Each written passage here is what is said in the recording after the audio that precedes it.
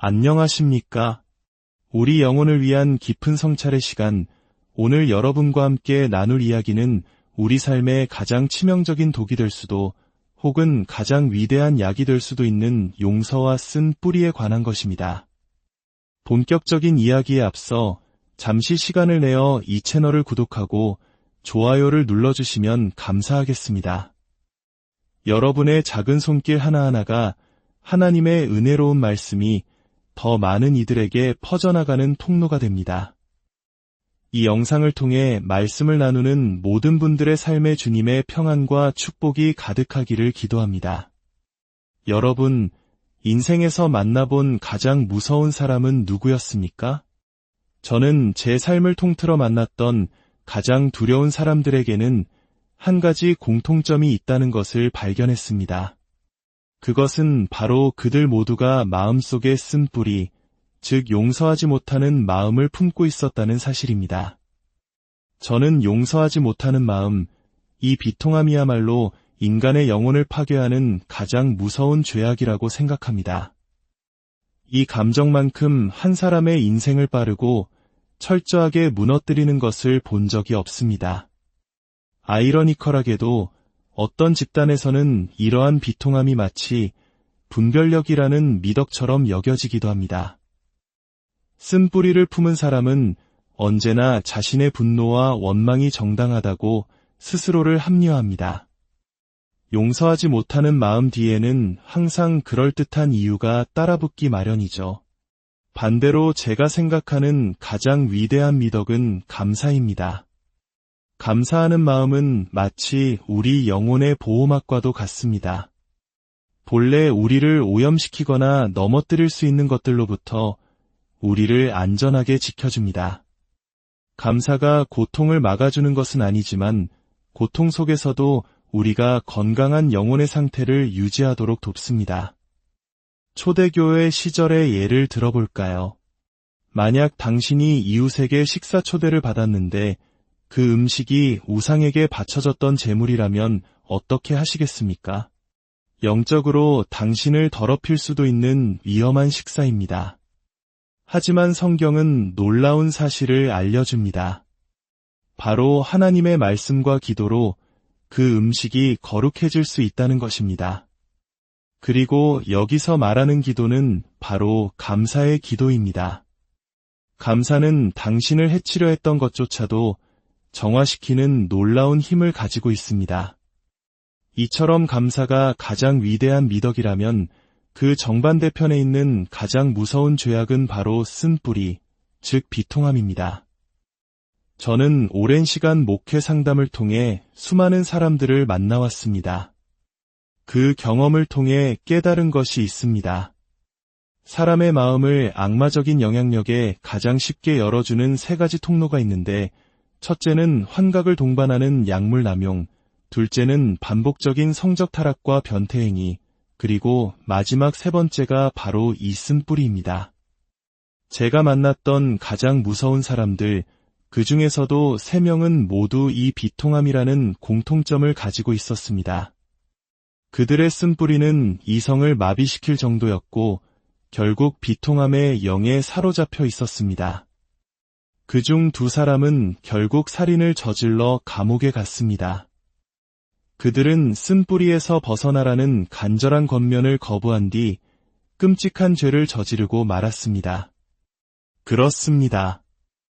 쓴 뿌리는 아직 기저귀를 차고 있는 살인의 영과 같습니다.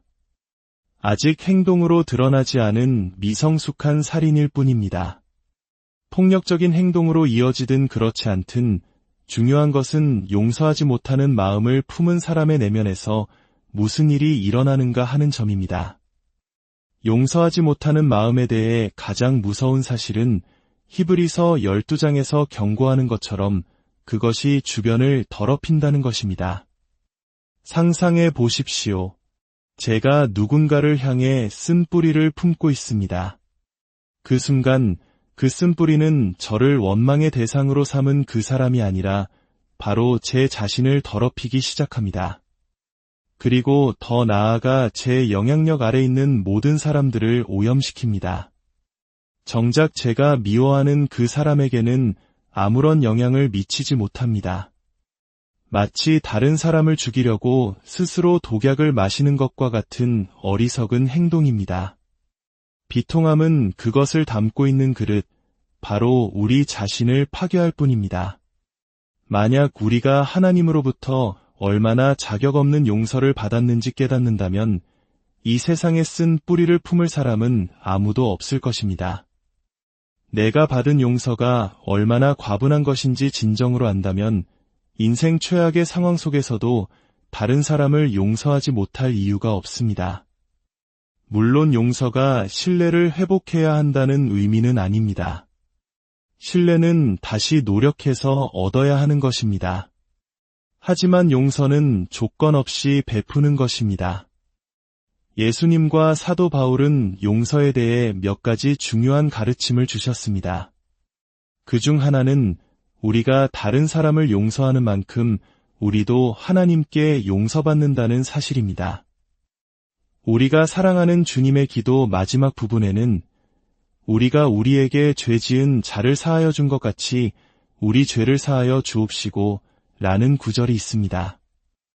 우리의 용서가 하나님의 용서의 척도가 된다는 엄중한 말씀입니다. 죽음에서 살아 돌아온 한 남자의 충격적인 간증을 본 적이 있습니다. 그는 죽음 너머의 세계를 경험하고 나서 극심한 두려움에 사로잡혔습니다. 그 경험 이후 그는 갈등을 병적으로 두려워하게 되었습니다. 집에서 가족들 사이에 작은 다툼이라도 시작되면 그는 말 그대로 일어나 화장실로 도망쳐 숨어버렸다고 합니다. 그는 쓴뿌리가 영원한 삶에 미치는 끔찍한 결과를 직접 보았기 때문입니다. 그 공포가 너무나 커서 그는 갈등의 자리에서 도망쳐 숨을 수밖에 없었던 것입니다. 하지만 오늘날 우리가 사는 세상은 어떻습니까? 분노와 미움, 쓴뿌리를 너무나 쉽게 조장하고 심지어 권장하기까지 합니다. 특히 우리 사회를 갈라놓는 이념적 갈등 속에서 이러한 현상은 더욱 두드러집니다. 성경은 우리에게 분을 내어도 죄를 짓지 말라고 말씀합니다. 분노라는 감정 자체는 자연스러운 것입니다. 어린아이가 학대당하는 것을 보고도 분노하지 않는다면 그 사람의 영혼은 이미 죽은 것이나 다름없습니다. 그러나 그 분노가 죄로 이어져서는 안 됩니다. 원망, 비통함, 복수심으로 변질되어서는 안 됩니다. 오히려 그 거룩한 분노는 우리가 세상의 문제에 대한 구속적인 해결책이 되도록 이끄는 동력이 되어야 합니다. 쓴뿌리를 품은 사람은 목소리는 커질지 몰라도 그의 선한 영향력은 급격히 줄어듭니다. 사람들은 본능적으로 신뢰할 수 있는 사람을 찾기 때문입니다. 쓴뿌리를 품은 사람은 결코 신뢰받을 수 없습니다. 그래서 성경은 해가 지도록 분을 품지 말라고 덧붙여 경고합니다. 이것이 바로 우리의 삶의 방식이 되어야 합니다. 우리는 하루를 시작하며 주님의 기도를 통해 용서하는 자로 살기로 결단해야 합니다. 아직 누구에게도 상처받기 전에 오늘 어떤 일이 닥치든 나는 용서하는 사람으로 살겠다고 미리 다짐하는 것입니다. 다른 사람의 죄가 나를 지배하도록 내버려 두지 않겠다고 선포하는 것입니다. 과거의 상처에 얽매여 현재를 희생하고 미래를 망치는 어리석음을 반복하지 않겠다고 결심하는 것입니다. 그리고 하루를 마감할 때 우리는 해가 지기 전에 마음속의 모든 분노를 내려놓아야 합니다. 만약 그렇게 하지 않는다면 용서하지 못하는 마음이라는 가시가 우리 피부 밑으로 파고들어 골마 터지고 결국 우리의 인격과 생각, 존재 자체에 깊이 박혀버리고 맙니다. 오래 방치할수록 그 쓴뿌리는 점점 더 나 자신을 규정하게 됩니다. 예수님은 우리가 매일 새로운 시작을 하길 원하십니다. 어제의 상처에서 벗어나 오늘을 살아가는 진정한 사회의 기여자가 되기를 바라십니다. 용서는 단순한 철학이 아니라 행동으로 증명되어야 하는 삶의 방식입니다. 만약 당신이 누군가를 용서했다면 그를 향한 당신의 행동에 변화가 있어야 합니다. 물론 학대나 범죄와 같은 상황에서 신뢰가 즉시 회복되지는 않겠지만 적어도 내 편에서는 모든 사람과 더불어 평화롭게 지내기 위해 최선을 다해야 합니다. 과거의 상처가 더 이상 나의 현재를 조종하거나 통제하지 못하도록 해야 합니다. 오래전 한 부부를 상담했던 기억이 납니다. 아내는 남편이 10년 전에 저지른 잘못 때문에 여전히 분노하고 있었습니다. 10년이라는 시간 동안 수많은 태양이 분노 위로 떠올랐다 졌을 겁니다. 제가 남편에게 물었습니다. 그 일에 대해 진심으로 회개하셨습니까? 그는 그렇다고 대답했습니다. 저는 다시 물었습니다. 그렇다면 회개의 증거는 어디에 있습니까?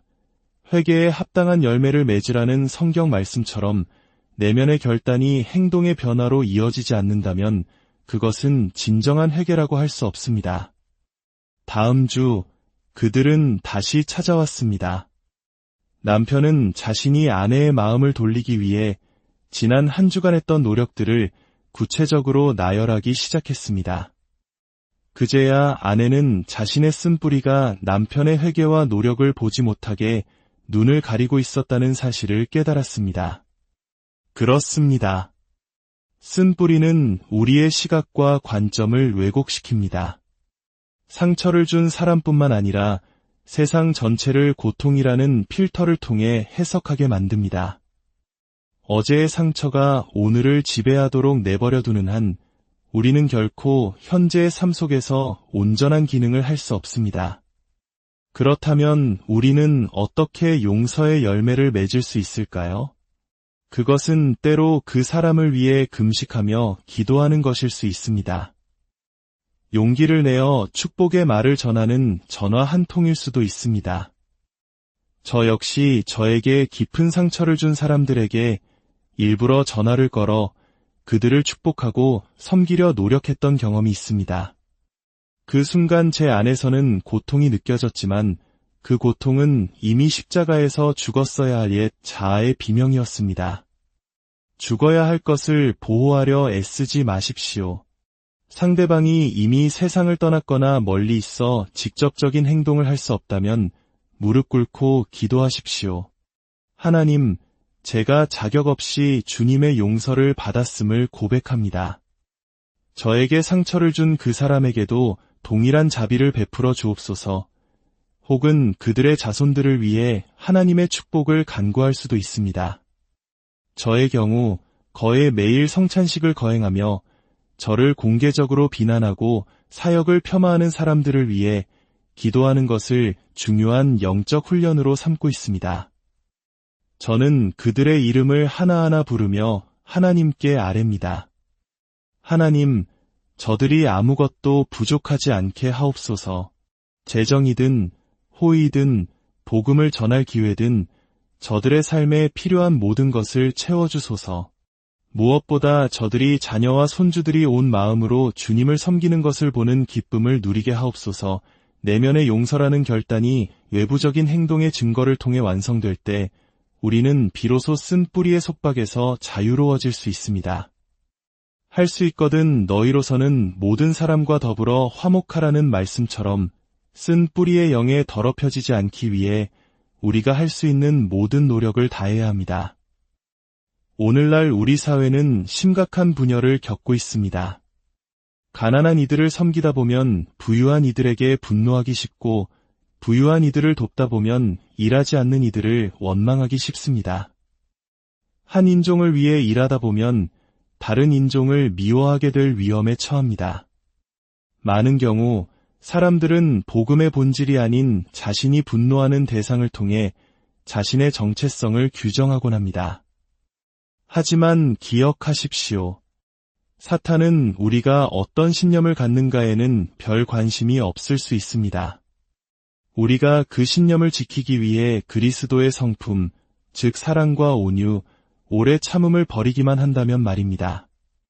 히브리서 12장 15절은 이렇게 경고합니다. 너희는 하나님의 은혜에 이르지 못하는 자가 없도록 하고 또 쓴뿌리가 나서 괴롭게 하여 많은 사람이 이로 말미암아 더러워지지 않게 하라. 최근 몇 주 동안 이 말씀이 제 마음속을 떠나지 않았습니다. 한 사람의 쓴뿌리가 다른 사람에게 미치는 더러운 영향력을 똑똑히 보았기 때문입니다.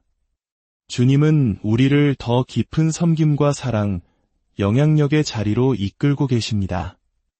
하지만 우리가 사랑하는 사람들의 상처를 대신 짊어지고 분노하는 법을 배우지 못한다면 그 사명을 감당할 수 없습니다. 오염된 음식을 먹으면 식중독에 걸리듯 비난과 정죄의 말을 끊임없이 듣고 마음에 품는다면 우리의 영혼도 식중독에 걸리고 맙니다.